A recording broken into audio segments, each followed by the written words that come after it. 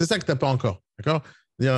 Tu prends pas. Un peu de retenue, un peu de retenue. Ouais, Ouais, c'est ça que tu n'as pas. Le jour où tu vas avoir ce petit déclencheur où tu te dis, c'est fun de faire ça, et tu vas savoir que c'est fun de faire ça quand les gens ils vont commencer à te dire, ah, c'est sympa ta vidéo, ça m'intéresse, ça m'a beaucoup aidé. Parce que tu sais, il n'y a pas un truc plus. On me l'a déjà dit, tu vois, on me l'a déjà dit. J'étais surpris d'ailleurs. Un confrère qui m'a vu, tiens. Ben, mais c'est cool ça. Et tu vas voir que plus tu vas avoir ça, plus ça va te donner des encouragements. Tu vois, Mais oui. je cherche pas. Je suis convaincu maintenant. Hein. Oui, moi, je cherche pas à ce que les gens me disent Daniel, c'est trop cool. C'est pas vraiment ça que j'ai envie d'entendre. Ça me fait plaisir quand quelqu'un me dit c'est trop cool tes vidéos, ça me fait plaisir. Mais ce qui me fait le plus plaisir parmi tous les commentaires qu'on peut me donner, c'est quand quelqu'un me pose une question, je lui donne la réponse et il me dit merci, ça m'a beaucoup aidé. C'est ça le truc le plus puissant chez moi. Tu comprends? Enfin, que je cherche, c'est-à-dire vraiment à aider l'autre. Et quand l'autre, il me dit merci, ça m'a beaucoup aidé, tu m'as remonté le moral, j'ai fait ci, j'ai fait ça, moi j'ai gagné, ça y est, j'ai gagné. Peu importe si demain il y a de l'argent qui vient avec. Rien à foutre, moi j'ai déjà gagné là-bas. C'est-à-dire, la reconnaissance numéro un, c'est la seule chose qui m'intéresse. Si jamais j'aide les gens, je sais qu'au final, s'il a besoin de moi dans le futur, il viendra acheter. Mais je ne vais pas le forcer. Je veux que la personne vienne de son plein gré parce qu'il m'aime bien et il pense parce que ce que je fais, c'est bien pour lui, que ça l'a aidé et qu'un de ces jours, il aura besoin de moi sur un autre sujet. Et c'est moi, c'est ce que je bâtis. Et je t'assure que dès que tu vas commencer à avoir des bonnes réactions et des bonnes personnes qui vont venir te donner des super commentaires sur ce que tu fais, tu vas voir que ça va te pousser à en faire d'autres. Mais dès que tu vas commencer à trouver le plaisir, tu vas voir combien c'est kiffant d'en faire. Dire, ouais, c'est très plaisant de répondre à quelqu'un ou de donner un conseil, entre guillemets. Mais encore une fois, c'est vrai que là, ce n'est pas une question de modestie, mais on a une certaine expérience maintenant. De là à savoir la partager, ou en tout cas donner des conseils, c'est vrai que c'est sympa. On en parlait avec Aurélie l'autre jour quand on s'est croisés, mais quand on a discuté comme ça au téléphone. Mais c'est vrai que c'est exactement ça, quoi. C'est plaisant de pouvoir donner quelque chose qui permet à l'autre d'avancer, quoi. Mais ouais. Maintenant, à une échelle qu'on connaît autour de nous, maintenant, à une échelle différente. Non, mais cette échelle, c'est pas toi qui vas la définir, Fred. C'est pas toi qui va définir. Moi, quand je vois mes stats à la radio, sur YouTube, sur Instagram, sur TikTok, parce que toutes les stats, elles sont différentes et c'est pas vraiment la même chose parce que selon la plateforme, ça va ou plus loin ou moins loin. Mais peu importe où je regarde les stats, j'ai des gens sur la planète entière qui m'écoutent, je t'assure, sauf dans les endroits très éloignés où ils parlent pas français du tout ni anglais. Et là, je parle qu'en français partout ce que je fais. Donc là où ça parle français, je touche Canada, Luxembourg, Tunisie, Algérie, Suisse, dans toute l'Europe francophone, j'ai du monde. Je sais, j'ai pas visé le Suisse, tu vois, je l'ai pas visé. Je l'ai pas visé le Canadien, je l'ai pas visé. Je parle pas de trucs au Canada. Mais ce que je dis, comme ça touche tous les entrepreneurs qui existent, ça touche tous ceux qui font de l'immobilier, parce que le concept, c'est toujours la même chose, hein, peu importe où tu es sur la planète. Hein, un acheteur, c'est un acheteur, un vendeur, c'est un vendeur, du business, c'est du business. Et donc, ça touche plein de monde. Et donc, la limite, là où tu vas arriver, moi, j'en sais rien. Il n'y a pas de limite sur Internet, il n'y en a pas. Il n'y en a juste pas. Il n'y a pas de frontière, ça n'existe pas. La frontière, c'est la langue et c'est tout. C'est tout. Tu parles en anglais demain, tu toucheras un Américain. Il faut que tu juste aies quelque chose à dire à un Américain. Moi, j'ai rien à leur dire aux Américains. Donc, je ne vais pas leur parler en anglais, même si je parle anglais. Moi, je parle l'hébreu, mais je ne fais pas de vidéo en hébreu parce que j'ai rien à leur dire et j'ai rien à leur vendre. Donc, j'ai rien à leur dire, à part chercher des likes. Je vois pas à quoi ça servirait de parler en hébreu avec des gens, même si je parle. Mais ça veut pas dire que je vais pas le faire dans le futur parce que je cherche à développer des trucs un peu partout. Mais pour l'instant, je vais pas utiliser la langue parce que j'ai rien à leur proposer. Mon contenu, il est pas en autre langue. Par contre, je traduis sur YouTube toutes mes vidéos et j'ai du monde de partout qui les regarde. Mais je sais que j'ai rien à leur vendre, donc je vais pas dire à un gars, si t'es Canadien, appelle-moi. J'ai rien de spécialement à leur vendre, à part les conseils que je donne ou potentiellement les formations. Mais à part ça, je peux pas faire grand-chose. Quoique les formations, les gens ils peuvent les acheter parce que c'est le même principe. Mais disons que ma façon de travailler, c'est pour l'instant, je vise des Français ou des gens que je peux atteindre, à qui je peux réellement aider, réellement. C'est-à-dire quand je développe une école Capit, c'est pour des entrepreneurs, mais je ne pourrais pas les aider si je ne connais pas le Canada, par exemple. Je ne sais pas si je pourrais le faire. Je pourrais les aider jusqu'à la limite de ce que je connais sur les frontières, mais à part ça, c'est-à-dire il y a beaucoup de parties, tu vois, légales dans les pays différents, mais la partie commerciale, c'est la même partout. Donc, moi, je te dis, il n'y a pas de limite dans ce que tu vas faire. Il y a zéro limite. Tu ne sais pas où les gens vont arriver. Les gens locaux vont te suivre si localement, tu leur as dit, suivez-moi. C'est-à-dire, si jamais tu fais une vidéo en disant, si vous êtes à Paris 11e, d'accord, cette vidéo est pour vous. Et là, les gens du 11e vont cliquer. Maintenant, c'est très facile de faire ça parce que tu peux cibler ça. Tu peux cibler Paris 11e sur Instagram. Tu peux cibler Paris 11e sur Facebook. Et que les gens de Paris 11e vont voir ta vidéo, même si elle est sur Instagram. Les gens peuvent tomber par hasard dessus, mais ceux qui habitent 11e vont tomber en premier dessus.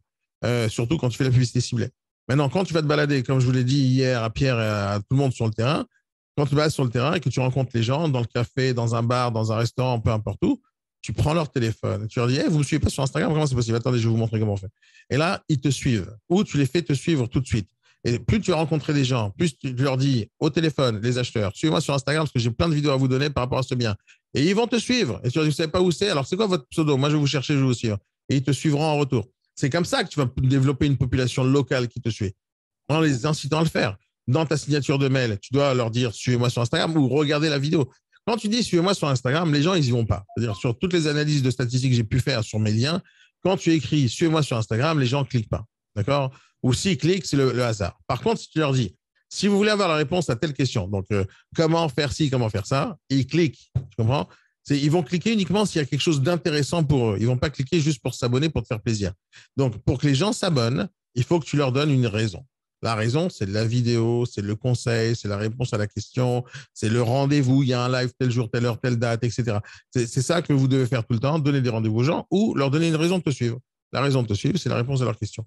C'est pas très compliqué. Hein.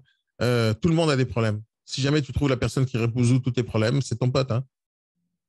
C'est juste ton pote, hein. C'est ton ami, c'est ta mère, c'est ton père, c'est la personne que tu vas aller voir tous les jours. C'est ton prêtre, c'est ton rabbin, c'est ce que tu veux. À partir du moment où quelqu'un te répond à toutes tes questions, ben, où tu vas aller voir? C'est-à-dire, quand tu deviens le Wikipédia des gens, tu n'as plus besoin. Tu comprends? Maintenant, tu ne peux pas devenir le Wikipédia de tout, hein, parce que je ne connais pas tout, mais je peux être le Wikipédia de mon domaine. Donc, quand tu es le Wikipédia de ton domaine, les gens, ils viennent dans ton Wikipédia. Dans ton Wikipédia, c'est ton compte Instagram, ta chaîne YouTube. Ils savent qu'ils peuvent trouver les réponses à toutes leurs questions. Voilà, dans leur domaine. Et quand tu deviens la référence, c'est ça en fait, quand tu deviens la référence, ils ne vont pas voir ailleurs. Ils ne vont pas voir ailleurs. Il n'y a aucune raison d'aller voir ailleurs. Tu comprends bien, Fred? La seule chose que tu as à faire, c'est de détendre un tout petit peu. Juste détends-toi. Dire, au lieu de filmer, vous réfléchissez trop au contenu que vous voulez faire. Vous y réfléchissez trop. Alors que le contenu, il est juste devant vous. Il est juste devant vous. Tu as vu une baraque, fais une photo. C'est pas compliqué. Il faut réfléchir à ça. Tu as vu un truc magique, tu le montres. Tu as fait un truc sympathique, tu es en train de prospecter. Tu prends le téléphone et tu donnes à quelqu'un qui te filme pendant que tu le fais. C'est-à-dire, si tu réfléchis trop au contenu, alors que le contenu, c'est toi, c'est ça que vous pigez pas, en fait. Le contenu, c'est vous. Le fait que tu travailles, tu mets. Tu vois, moi, là en ce moment même, regardez, c'est trop marrant, Fred, ce que je te dis, c'est-à-dire, je te le dis et je réalise même pas que je suis en train de le faire. Au moment où je te parle, là, maintenant, je suis en live sur TikTok. Salut les amis sur TikTok. Au moment où je te parle. C'est-à-dire qu'en même temps, dans la même heure, je parle à la radio, dans la même heure, je te parle à toi et je t'aide, dans la même heure, j'aide des gens sur TikTok, dans la même heure. Et j'ai travaillé 3 heures sur 3 formats différents. Si en plus, ce passage-là va être sur YouTube, j'ai encore travaillé et pendant jusqu'à la nuit des temps, jusqu'à que YouTube disparaisse. Tu comprends que je joins l'utile et l'agréable. C'est-à-dire, je suis même pas en train de parler. Alors, des fois, c'est dérangeant quand je fais ça ou je parle pas aux gens vraiment qui sont en train de me regarder sur TikTok. Mais ils profitent de ce que je suis en train de te dire à toi. Et dans la même heure, je fais les deux. Juste avec un support qui me coûte 5 € pour mettre mon iPhone. C'est tout. Et avec un chargeur pour charger l'iPhone pendant le live. C'est tout. Est-ce que ça coûte cher, ça? Ça coûte rien. Et je suis en train de travailler, je suis en train de me filmer. Maintenant, comment tu vas l'appliquer dans ta vie à toi? Tu es au téléphone, tu es en train de prospecter au téléphone, tu as ton téléphone, je prospecte, tu achètes un stand comme ça, ou tu n'achètes pas, hein. Tu mets sur un carton, tu mets ton téléphone là-bas, et tu te filmes en train de prospecter au téléphone. C'est compliqué, ça? Est-ce que c'est compliqué, ça? Tu n'as même pas besoin de réfléchir à ce que tu vas dire, tu es en train de le dire au téléphone. Eh oui. C'est toi le contenu de ta propre boîte, c'est toi le contenu. Donc, la seule chose à faire, c'est te montrer toi en train de bosser.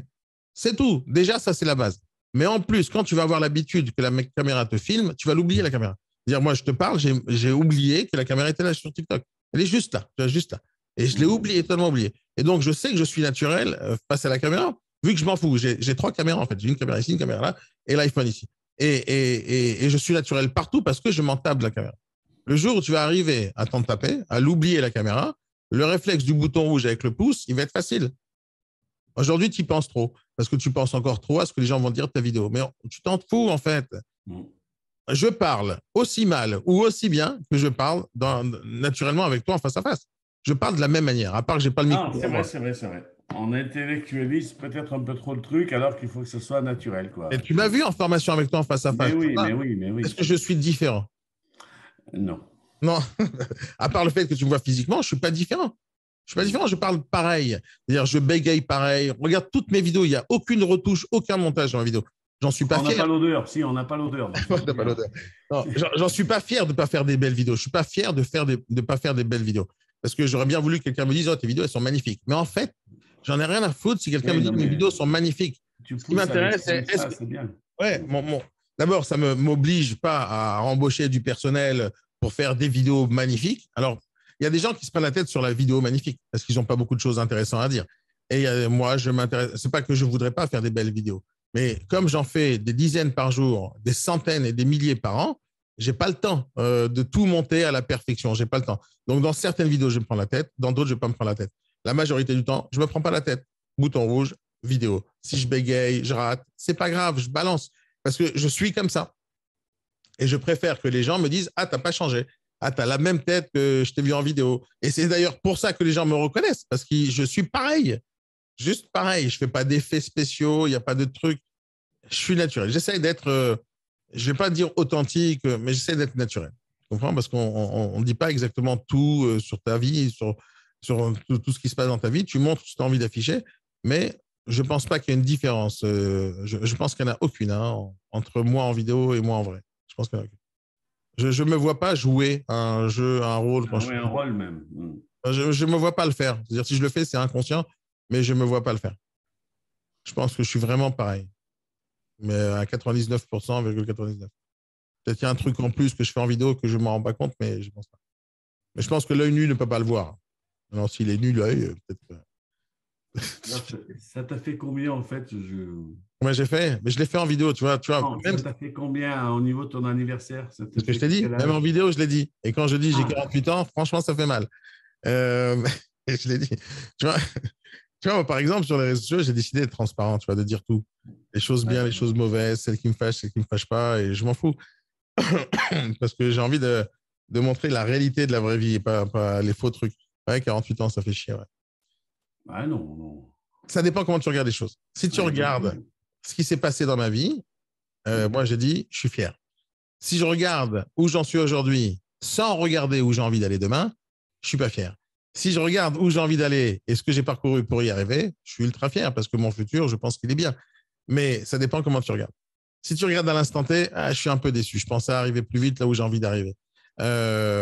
Mais si jamais je regarde le chemin parcouru, les difficultés, comment j'ai surmonté, comment je suis arrivé jusqu'à je suis arrivé, je suis fier de moi parce que je ne pense pas qu'il y a qui que ce soit sur tous les gens que je connais sur cette planète, sur tous les gens que j'ai rencontrés. Je ne rencontrais pas les gens que je vois en vidéo qui font 1000 fois mieux que moi. Tous ceux que j'ai rencontrés dans ma vie, je ne connais aucune personne qui aurait été capable de faire ce que moi j'ai fait jusqu'à aujourd'hui. Je ne connais aucune personne.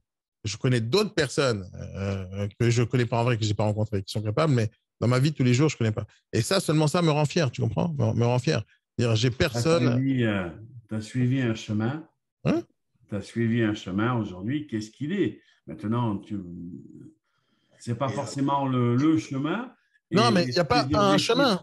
Il n'y Mais a c'est ce pas que un je chemin. veux te dire, c'est ce que je Hein? veux te dire, c'est que même si tu te détournes un peu à certains moments, comme quand tu as eu des cassures ou autrement, tu es revenu sur le chemin que Ah, mais tu ça, souhaitais. tu vois, c'est bien ce que tu dis parce que C'est ce qui fait la force.